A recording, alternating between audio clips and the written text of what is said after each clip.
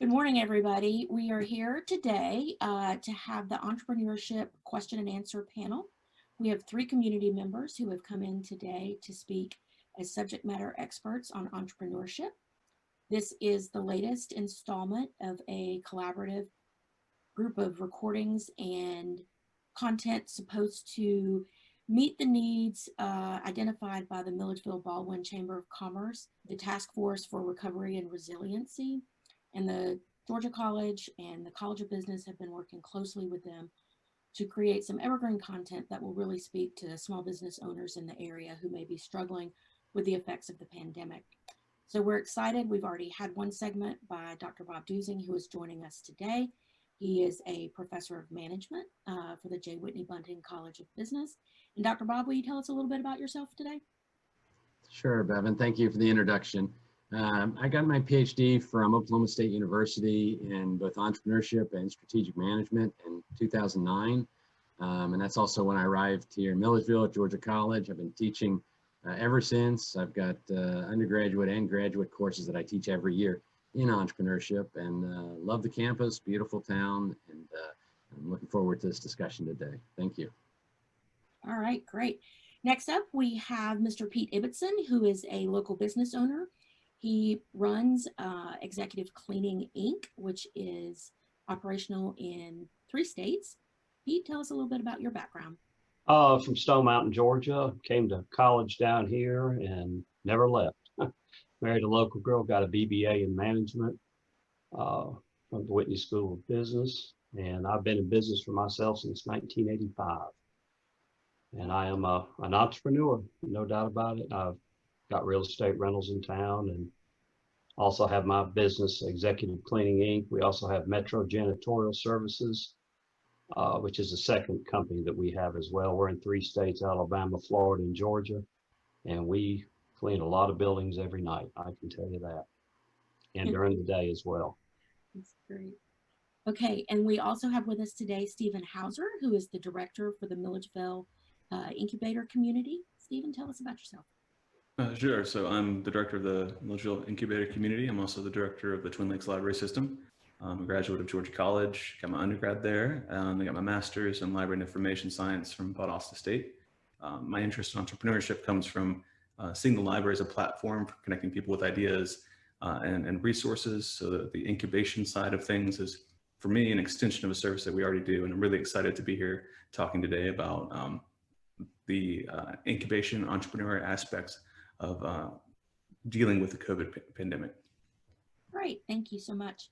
So today we're going to set this up as a round robin style where each of our subject matter experts is going to tackle a question that's been submitted from the local community of business owners and those who had some specific questions that they wanted answered concerning entrepreneurship and small business direction during a pandemic. We're going to start today with question 1 for Stephenhauser. And the question is, how can entrepreneurs instill or build confidence with clients and employees during a pandemic? Stephen? That's a great question. I think there's 2 keys to that right now. The first one is connecting with kind of a common humanity that everybody has, especially now. And the second one would be demonstrating the value of your product or your service.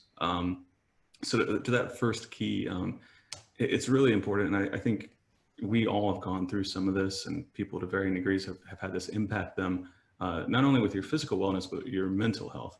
Those are always important, but especially now. And people need reassurance, they need connection. It's something that a lot of people have been lacking. So check in with folks regularly. That's a big one.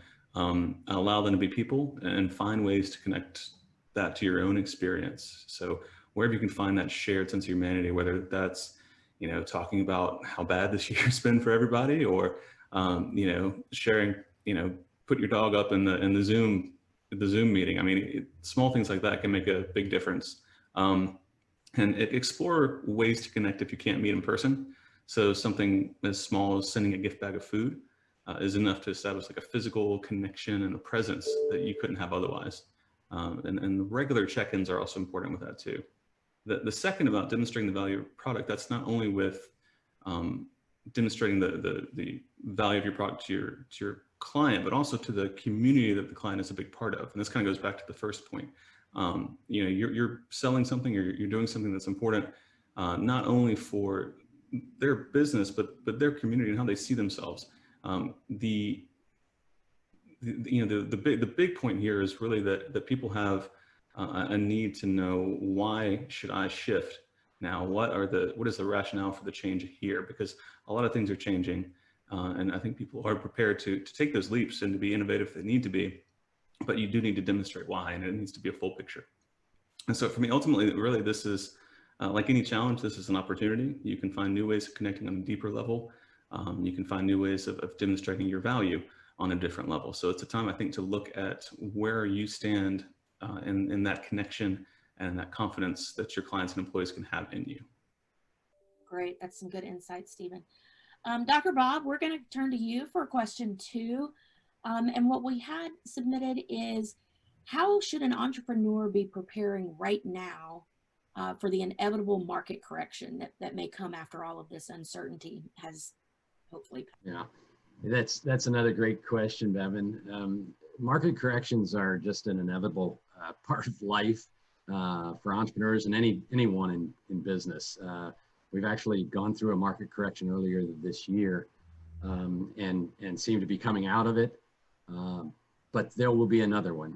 You know, everybody remembers 2008, the financial crisis, market corrections after that, and they took a while to respond. The only real way, I mean, there's no way to prevent it, but the only real way to prepare for it is that old saying, cash is king, and to be as solvent as possible in order to survive those sort of corrections. And, you know, corrections aren't the same for everybody. Through the pandemic now, we know a lot of businesses have struggled, a lot of employees have been laid off, but it's not the same across the board. I know other entrepreneurs that I consult with that have been busier than ever this year because of the pandemic. It's actually caused business to increase. So you can't just look at it as a one size fits all. And I think you have to also, though, be prepared for corrections, because regardless of the industry you're in, they are going to come about. The bottom line, though, is to be as solvent as possible, and to be able, I think, kind of to pull off of Stephen's note, the term, the buzzword now is to pivot, to know how and when to pivot in order to stay in that thickest part of the business model, the business marketplace. So, but beyond that, you know, cash is always king. That's a great point. It makes you think that our grandparents were maybe smarter than we gave them credit for by putting cash under the mattress, right? Not right. Keeping it.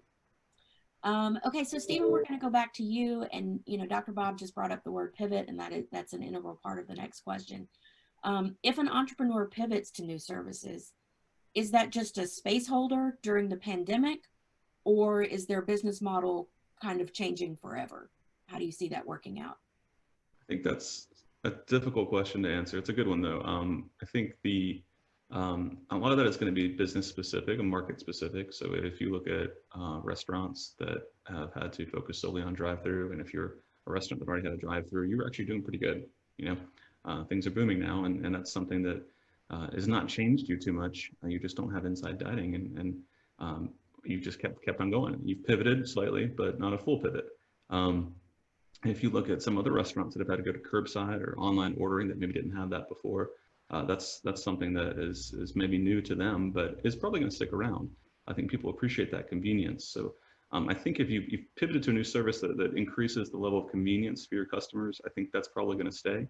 But if you're in a market, or you have a business that has had to pivot greatly, I think you need to look at, going back to what Dr. Bob said, your solvency. We know, what can you afford to change that's within your means.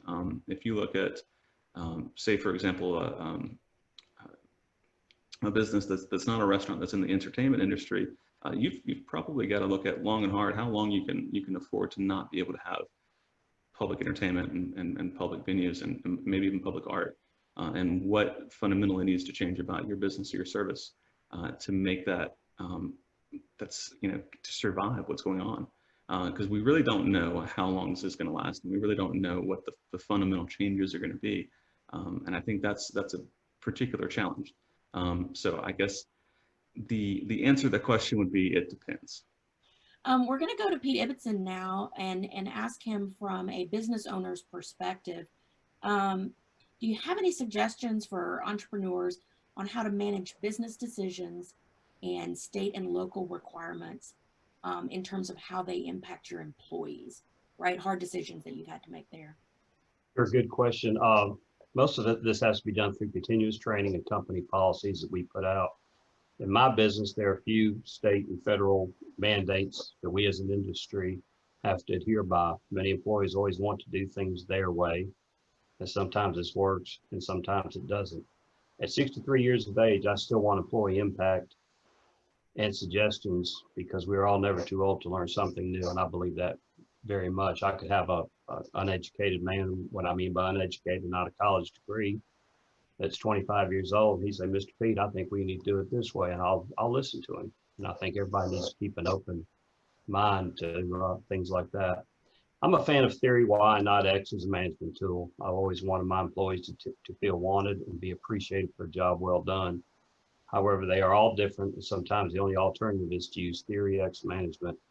And if I do have to use that, I do kind of a watered down version of it. I'm not one to explode against my employees or panic or overreact. I have a workforce of over 300 people. That's a lot of employees. I do not know many of the employees due to the geographical area we serve, and this is where our middle management must come in. And we train our middle management employees to try to use theory-wide management tools as much as they can. Some people don't have the same work ethic as I do, and sadly, I see this trend continue to rise as time goes on. Young adults get their feelings hurt too much these days. I've seen it with customers, employees, and bottom line, people just don't want to work like they used to. It's a known fact. Everybody that gets out of college wants to be the CEO right off the bat, or the sales manager or something. So that's the way I perceive this question. Okay, great. Dr. Bob, coming back to you, how would you tell someone to ignore too much info noise and to just kind of ignore that and focus on the strategic goals and plans that they already had, or the ones that will help them avoid a loss of momentum? Yeah, the noise, I think, is really a big issue. And I don't know if it's our culture now, social media, the 24-hour news cycle, or all of the above. But boy, I tell you, the noise can really, I think, drown out what a person is trying to do with their business. And I'm only saying this half in jest. I think at some point you just have to turn it off. Turn off the news, get off social media. You got to just concentrate on the business and in this times to sometimes rethink the business. Spoke about this a little bit in the video I did for you earlier, but you know, going back to some of the basics, and it really starts with that SWOT analysis, you know, strengths, weaknesses, opportunities, and threats, and reevaluate. Some people do that at the beginning when they are starting a business, or when they're perhaps developing a business plan, and then once it's done and it's launched, it's that plan or those concepts are on the shelf. And if anything, this pandemic has taught us is that times they are changing, and they're going to continue to change. So I really recommend, you know, once a year, go back and revisit that. Look at what your current strengths and weaknesses are now as compared to last year. Look at where the economy has gone. Look at what the opportunities and threats are in that external environment now. And then once you have that picture, look at your competitors and look at what their strengths and their weaknesses are. Try to determine how you can take advantage of opportunities that maybe your competitors are missing, and be careful of the threats that the competitors' strengths pose to you. So with all that, I think it's important to turn the noise off in order to really be able to focus on that. And as we said before, that pivot or that repositioning of yourself to take advantage of the economy, to take a full advantage basically of the new economy today. I think that's what's got to happen in order to continue to survive, in order to continue to flourish, really. Right. Just out of curiosity, and this is kind of a bonus question I'll throw out to all of you, and each of you take a chance to think about it and answer. From a crisis perspective, what percentage would you guess of entrepreneurs and small business owners had even thought about having a strategy or a plan for a situation like this, and were prepared or had something to pull off the shelf and start with as a beginning response? I'll go first. I think 0 is a really low number, but I'd say it was really close to 0. Yeah. You know, I'm old enough to know that we, experienced the financial crisis in 08, 09, the IT crisis in the early 2000s, and even a housing crisis in the 80s. But pandemics, when was the last one? So no, I don't know of anybody that had a plan for this. I agree totally with you. So completely uncharted territory, Stephen? Yeah, I think so. Putting on my library hat for a second, there were a couple libraries around the country that had plans in place after the swine flu about 10 years ago. Right. But that was it, and nothing really that was in place for this scale. I would say from a business perspective, I can't imagine. Some people are just, it's day to day. They don't have a strategic plan. Certainly I can't imagine anybody could have predicted exactly things going this way during this time when things are just humming along right before this. So yeah, I think 0 is a good number. And that's a good point, maybe for some lessons learned and thinking forward for the future on opportunities. So Dr. Bob mentioned in one of the first answers, that some businesses have actually found some success opportunities during the pandemic. And so Pete, I'm going to ask you, because I know in our prior conversations that you shared that you all have been able to find some market growth right now. We have, the COVID has been good to my business and a lot of people that are in my industry. When COVID hit in the spring of this year, it immediately had an impact. And I think that I say it put people in quote scare mode. We had a few manufacturing plants that we serviced that closed down. So at that point, we had to look at alternative revenue sources, which we did. We began to increase our revenue stream through disinfecting our customers' facilities. This has become huge. We've gone out and bought, we had disinfecting equipment, but we had to go out and buy more and more suits and everything that you need to do that with. We contacted all of our customers, told them we had the equipment and manpower to assist them in this. Also did some advertising with state and local governments, and it's been very profitable for us. Customer mandates also helped us in touch point. Let me back up. Customer mandates also helped us. Touch points are a big thing in this pandemic. If you clean a bank, you want to make sure that you get all the touch points, which are the telephones, the doorknobs, keyboards, everything like that can spread the virus. We do a lot of banks. We went from cleaning a lot of them from 3 days to 5 days, 6 days a week because of the pandemic. Another thing that helped us was a government program, and I'm sure that Bob knows about this. It's called the PPP. It was the Paycheck Protection Program. And this enabled us to keep continuing to pay people that were laid off from us when their facility closed. This helped many small businesses in the country. And this program was a grant program. We just got notification that our amount was forgiven. It was forgiven because we adhered exactly to the requirements, but some businesses did not. And they're going to pay the price for that. The COVID-19 crisis did not affect me through personal household and family responsibilities. I will say, though, that the virus is real, and I respect it very much. A lot of people don't. I've seen that through the past few months. So that's what I Yeah. I just respect it very much. I think it's real, and we don't know what the after effects down the road is going to be for those that do touch it. So Dr. Bob, I think that speaks back to what you shared about, cash is king and having solvency to be able to have the capital on hand to invest in, like Pete was talking about, new equipment that he had to purchase to be able to take advantage of some of the market opportunity that he recognized. Any thoughts on that?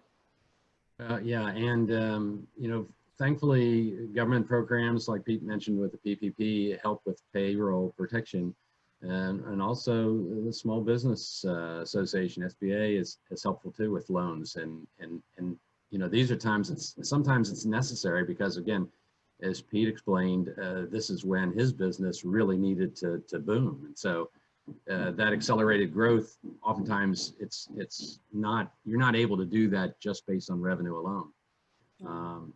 Cash is always king, but again, there are times for these loan programs, and so I think you really do need to remember those in order to take advantage of them when you get to these points in time when you can really accelerate growth. Stephen, kind of coming back to you with a follow-up question. I know at some beginning points of the closures, the library was not open for normal business. How was the MIC able to still connect with business owners during that time frame to provide support? Well, we shifted to a virtual format. We have virtual classes, and we'll continue to do that. The in-person mentoring that we do shifted as well. We're able to have the assistance of a local professor with that, and having to shift that presented some challenges, I think, especially for some of the people that were just getting started and maybe didn't have the right technical expertise. So we did find that challenging. We do still feel that whenever we can resume in-person training, that is the best method for us. But we were happy to pivot to virtual as we could to still help the community here in Milledgeville and Baldwin County. Stephen, I'm not sure that everybody that may be watching this video understands what an incubator community is. Do you want to give just a quick recap of that so that people who may not be familiar may see it as a new resource? Sure. I mean, it could take many forms, and we try to be as flexible as possible to the needs of the people that come to us for help. But on a very basic level, we'll help startups and entrepreneurs and maybe people that just have a good idea get off the ground, get some tools for marketing, for developing a business plan, and then further along as they progress, helping connect them with financial institutions or lawyers if they need help with that. The idea really is to give a little push, a little bit of helpful resources to people that are getting started and maybe don't know where to turn, especially people that maybe feel like they've got a really great idea and they've got the drive, but they don't know where to start. Yeah, great. Good information there. And I think that just from past experience and seeing how an incubation community can really help the economic growth of a area, that it's a great resource that is here, especially as maybe things begin to go back to normal and some of the small business and those interested in being entrepreneurs can come to you and maybe find that guidance and support as they're going forward then. We've kind of got a last question here. Do any of you all have 2-year-olds at home that made work from home challenging? Anybody not on this panel?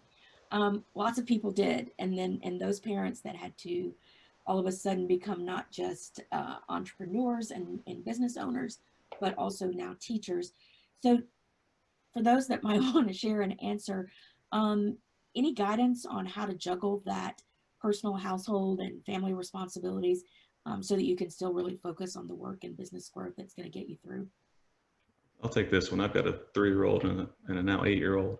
And I have been interrupted. In fact, one of them knocked over my camera during a presentation that I was giving, which was not my best presentation.